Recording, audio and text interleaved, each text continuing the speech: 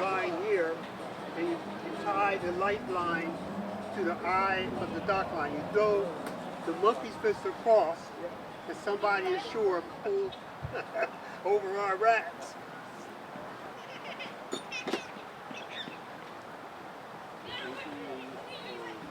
Okay, I'm Leon, here representing Glover's Marblehead Regiment.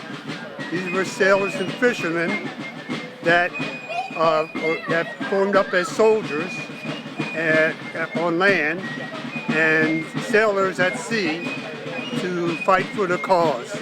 Here in my display, I have the skills, the knowledge in my maritime display that shows you what these sailors had to know to be accomplished and to contribute to the fight.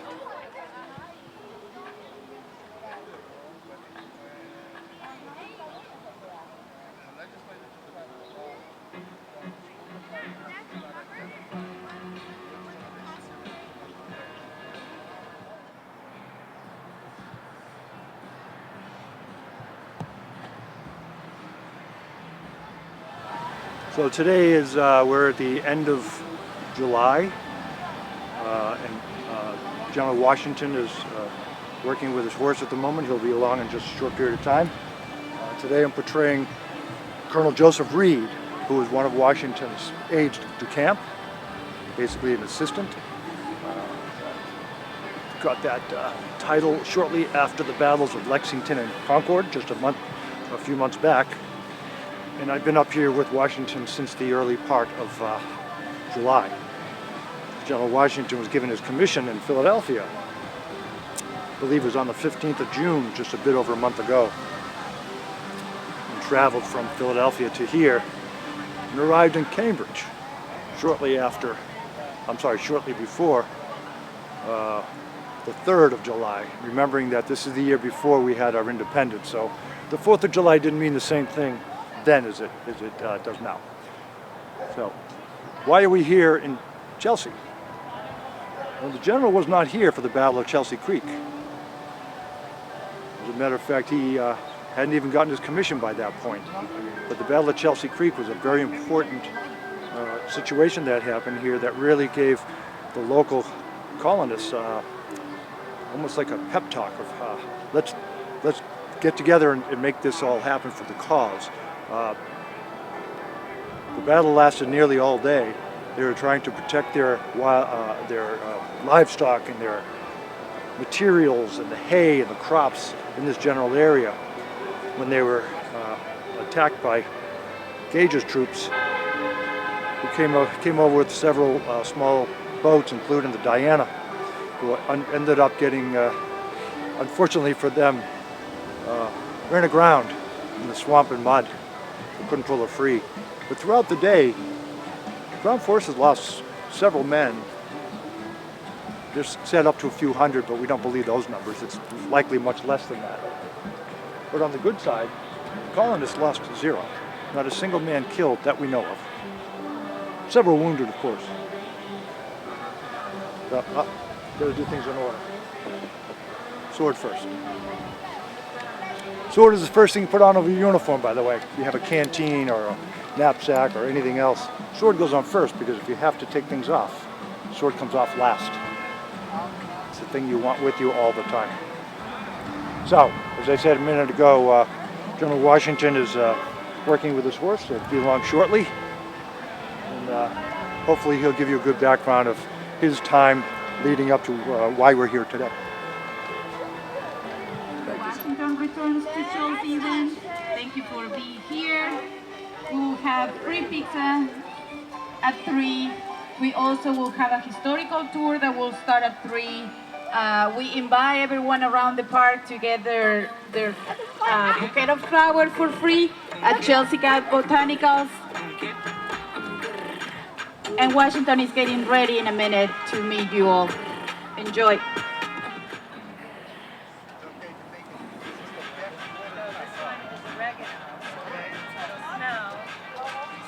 Can I go put this in the car? Dad.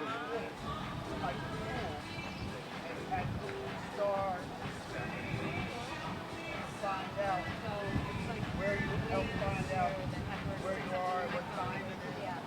Okay? Oh, there. Tell you where to go, right?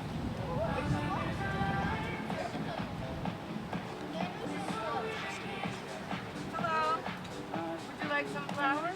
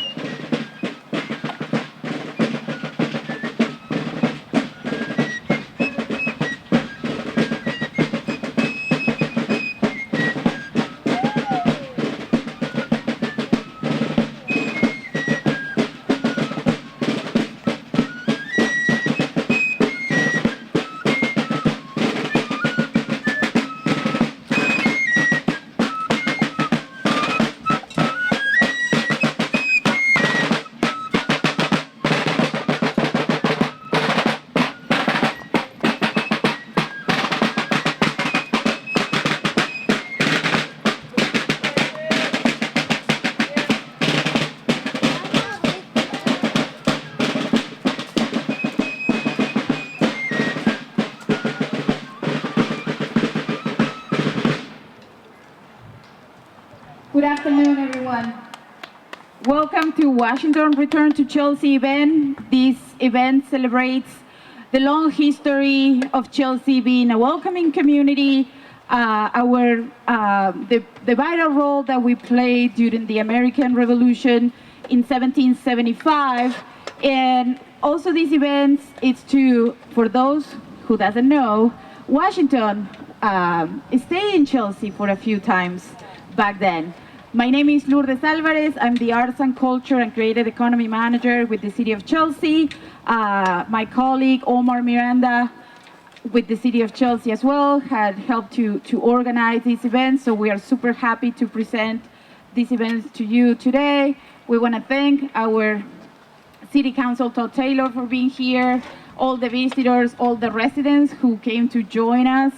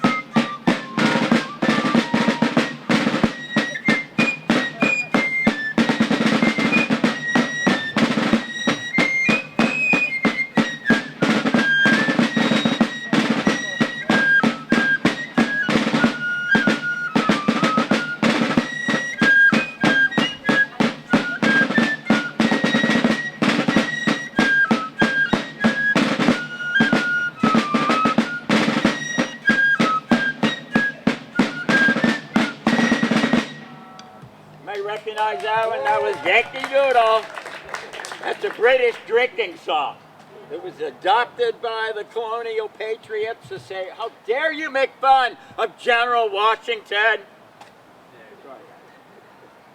Rub the bottom. This will be the road to Boston.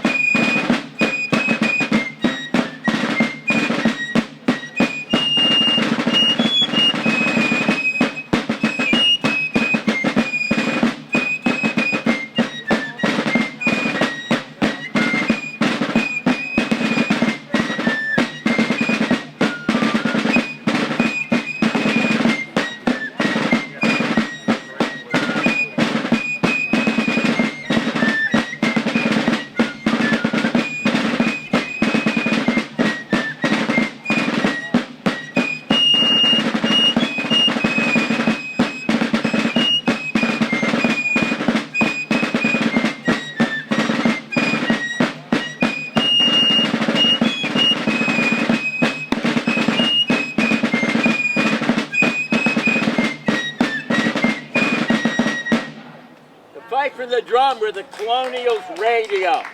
We communicated orders to the men through the music we played. Don't shoot me, I'm only the drummer boy.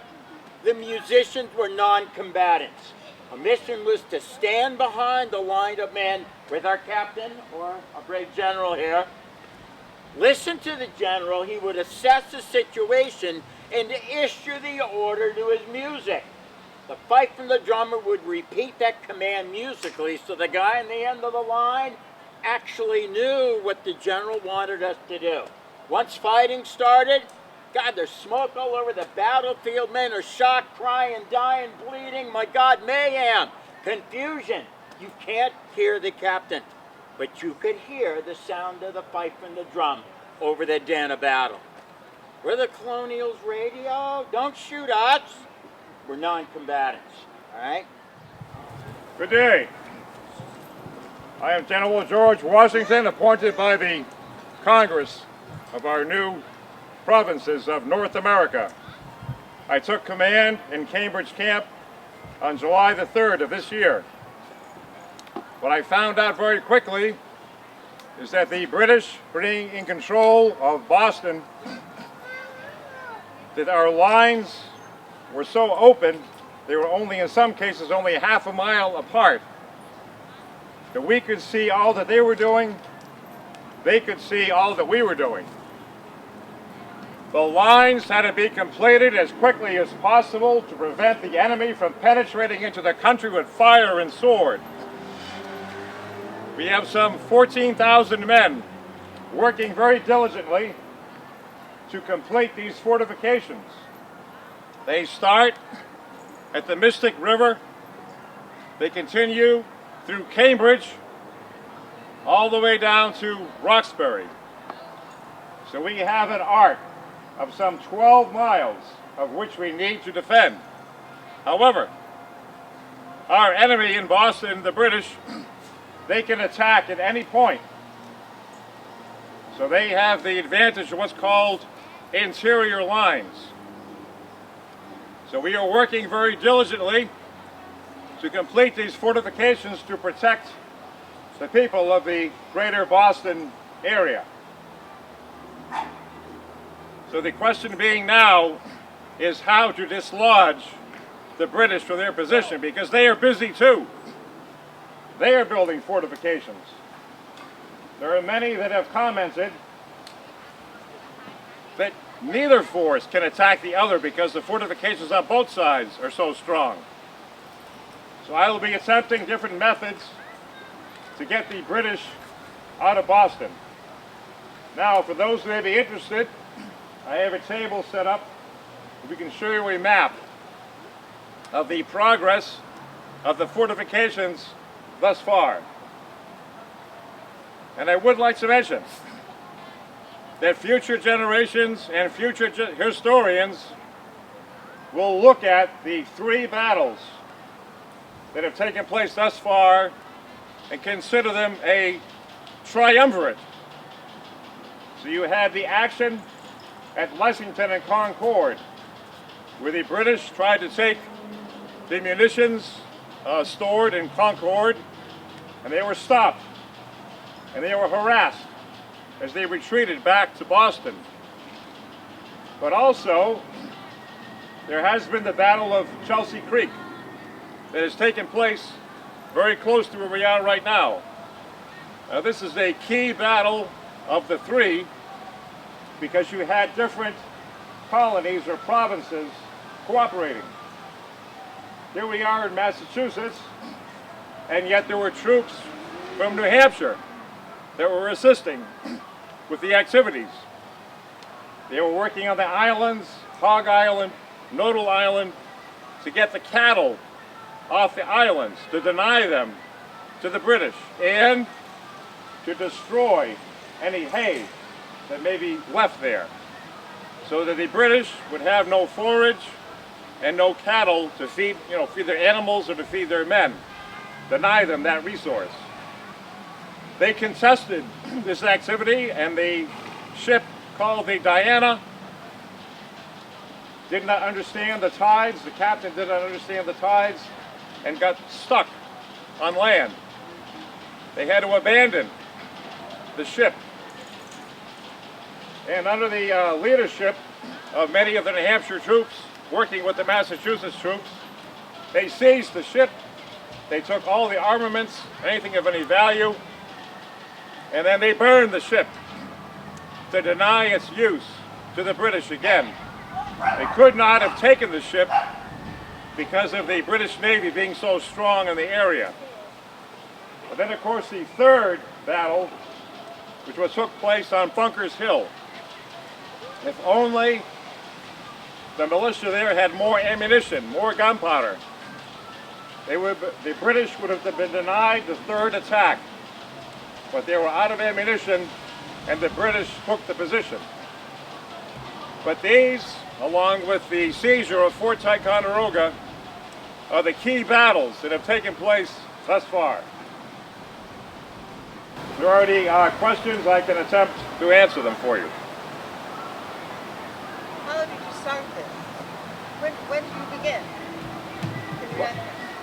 Well, we've already begun because the fortifications are in progress. Okay. And to give you a sense of the scope, in the area of Prospect Hill, there were some 4,000 men alone working on the fortifications on Prospect Hill, to give you a sense of the size and the detail of the work. So our first mission is to complete all the fortifications to deny entry, because we do not have a professional army. You see, as at Bunker's Hill, the men will fight well if their legs are covered, if they're inside an entrenchment. They are not quite ready to take the British toe-to-toe in open battle. That day will come, but right now they are not prepared.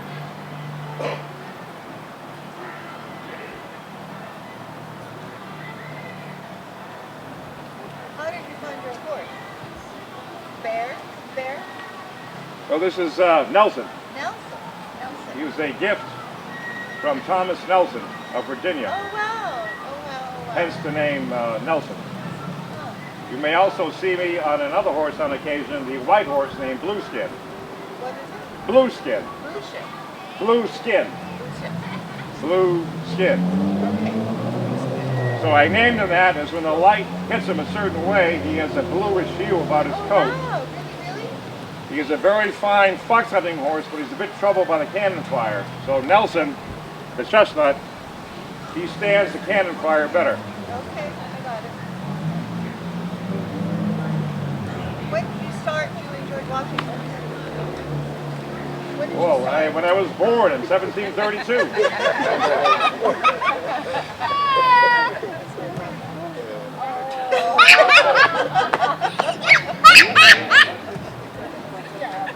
So Lee has a few questions for you.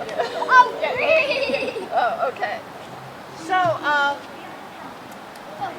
it's such a pleasure to meet you, Colonel Washington. I've heard so much about you.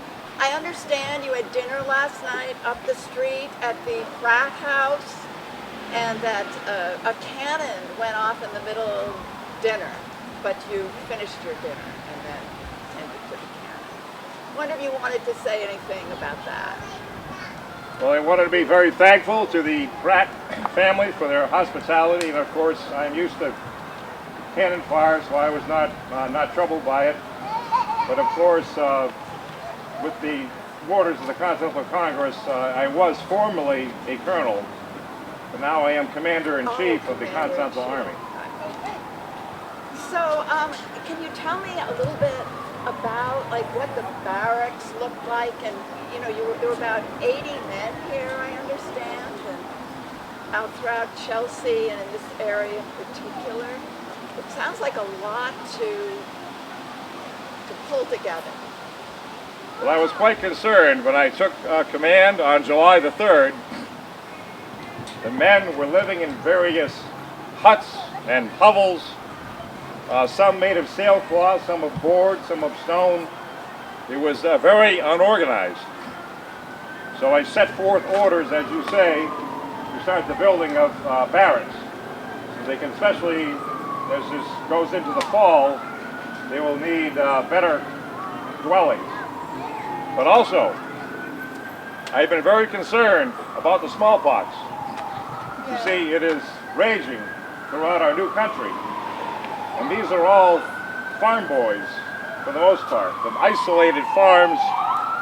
They have not been together with large groups of people, and they are very vulnerable to the smallpox. I myself contracted it in Barbados as a young man, so I am immune. But we must have the inoculation.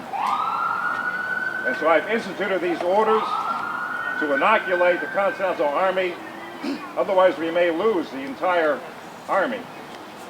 So I believe that this is one of the most important orders I've given thus far. It's all being done in small groups because you do get quite ill from the inoculation. But yet it is vital, because otherwise we could lose the entire Army. So how do you screen for British spies that are going to want to intercept things? How is that a problem, or is that something that hasn't occurred yet, quite yet? Well, the use of spies, as particularly the Continental Army, is vital. Yes. We are fighting the most powerful enemy in the world. And the only advantage we can have is to beat them at the spy game. So it is vital that we have, I can tell you, I believe you're all patriots around here. There is a Mrs. Sarah Bradley, who is from Medford, and she goes back and forth into Boston to get information, because we have found that what are they looking for? What are they suspicious of? Young men of military age. They do not see women as a threat. So she's able to go, she gets in a rowboat, goes across the Back Bay and goes into Boston, gets information, and she's completely ignored when she's in there, being a woman. They don't realize the importance of her work. She's helping us out. But yes, we understand there was a leak, that we do know that there was a spy. We believe that this individual is very high up in our leadership. And sooner or later, they will stumble. They will make a mistake, and this individual will be detected. Right, well that's all the questions I have for now. Thank you so much for your answers and informing us.